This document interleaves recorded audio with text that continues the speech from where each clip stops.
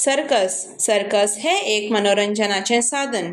सर्कसेंत मनीस, जनावरां आणि सुकणीं वेगवेगळे प्रकाराचे कार्यक्रम करतात।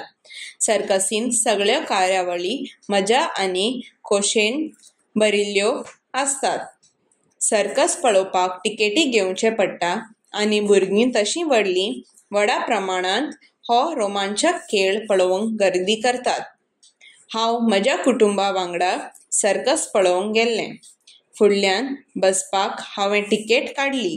कार्यक्रम सुरू जालो आनी कांय विदूषक येवन आपल्या वेगवेगळ्या कुशळटायेन लोकांक गुदगुदी करपाक लागले आनी सगळ्यांक खूब हांसयलें।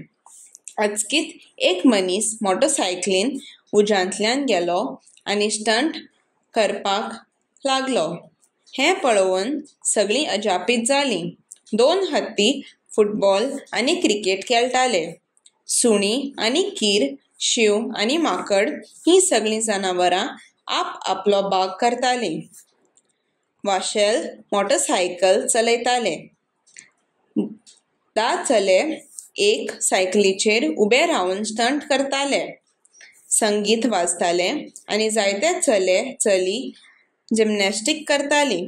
कांय चलयो येवन उंचायेचेर बसल्या स्विंगाचेर स्टंट करपाक लागल्यो, पूण चुकून कोणूय सकयल पडलो जाल्यार ताका दूख जावची न्हय म्हण सकयल एक जाळ घालून दवरिल्लें।